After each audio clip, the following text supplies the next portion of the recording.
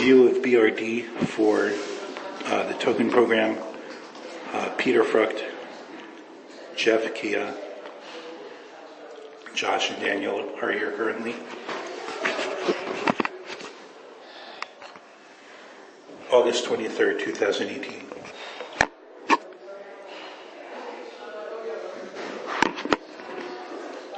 Okay, do you want to get started? So my goal here is to get everybody to come to a consensus on do we agree with the contents of this and the actual requirements.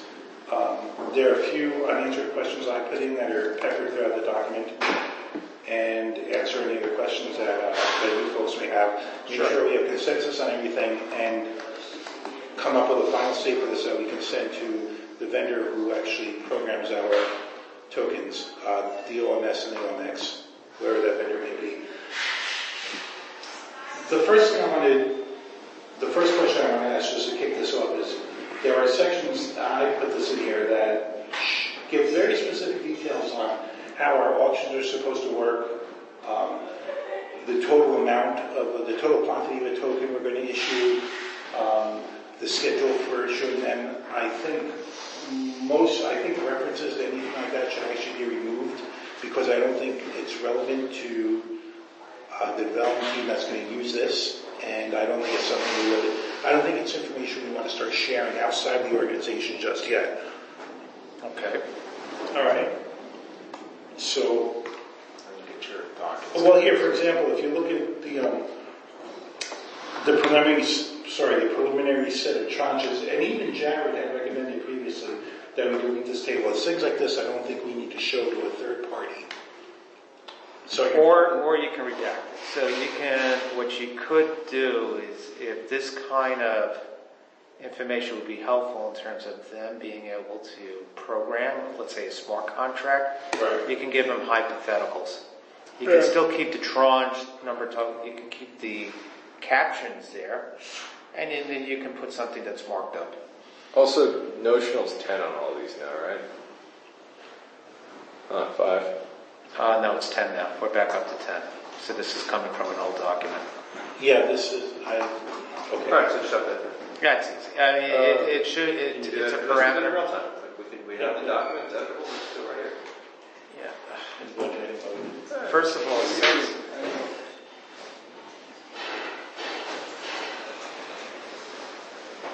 can we take a look at your scoping of OMS? This cuts into what we're discussing in the contract with security.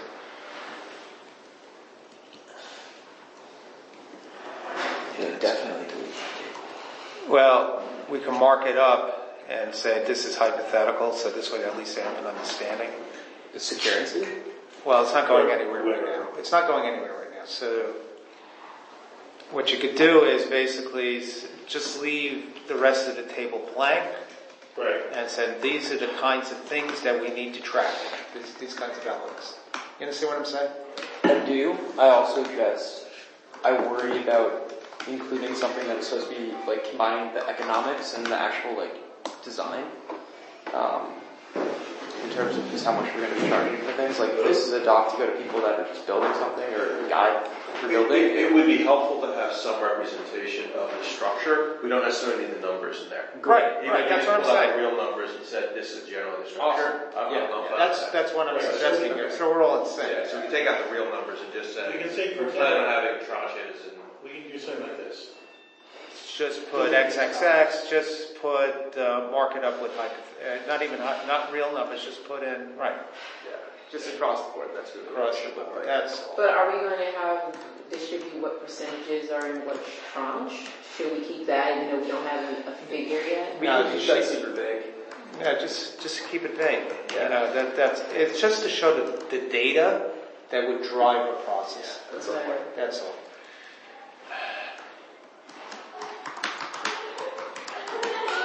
Since there's a zero coupon, it really has no bearing on the OMS anyway. The only thing that OMS is really concerned about is distribution of revenue shares. Yeah. This is a yield to maturity. Yeah. Change it. All right. So it's okay to take our detailed content first to put it in there so he gets context and then you strip it out. I just, What I'd like to do is start reviewing the document. Well, first of all, who here's read the document and has any specific questions? I haven't read it yet, I'm being truthful, so I'm looking Okay. at it first. So, I mean, executive summary, introduction, current state, future state. I don't think there's really much to go through here. I think it's the actual requirements. If you have any questions on, what's can anybody read this, by the way? yeah, I'm reading it. Yeah, I'm looking at it from the computer. I didn't get my glasses. So, assumptions. No problem. What is this data based off of? You're into mixing OMS and OMX in here? There should be two. In some cases, yes, but when we get down to specific requirements, it's broken down into OMS and OMX sections of the document. You're really looking at introductory information here. So, there are certain components which intersect, and there's a lot of it that's very disparate, it's very different. So, all right, so let me just go through it. Let me get your document. Do you need a link, Jeff? And then we sent it out. I can just send it to you right have it on. If you don't mind. Yeah. So much Slack.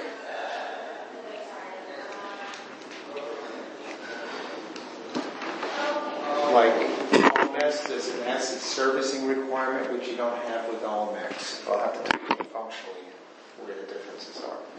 Because OMX is going to be still used as utility A token. utility token And doesn't OMX. get serviced the same way as an equity token. Yeah, equity token you have to treat it like a security.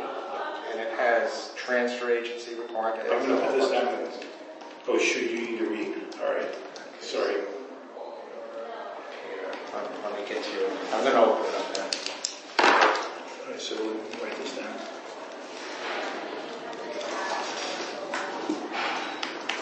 Yeah, let me know when you're ready, because I need to go down to the comments section at the very bottom. What's going to be common is largely tax. It's some of the core stuff that we have to report around. It's taxation. It's about compliance. Those are going to be core requirements for both OMS and OMX. Is it working? So, Can I get it? right now, I don't have any of these requirements in here. Okay. So, And do you have the net key documents? Yeah. Net key describes the requirements for compliance in there, if I'm not mistaken.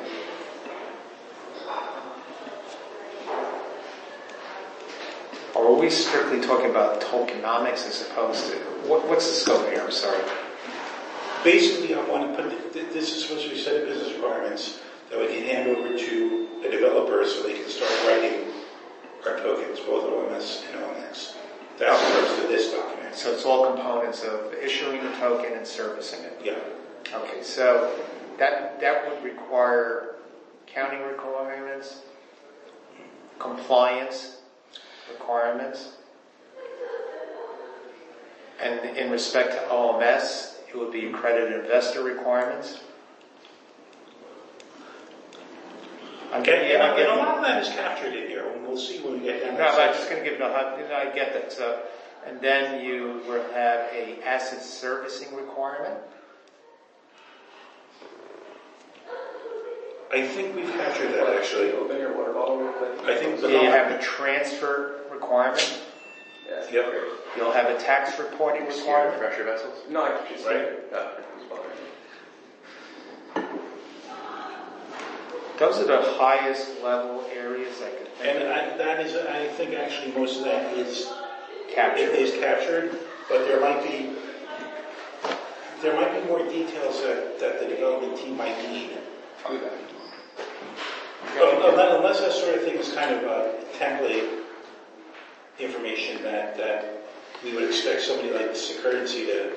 I would hope, since we're paying a shitload of money, that they would know the life cycle of the security upon issuance and how it gets serviced. This should be innate in their technology. Which means we issue the token, we get an accredited investor, we raise the money. The token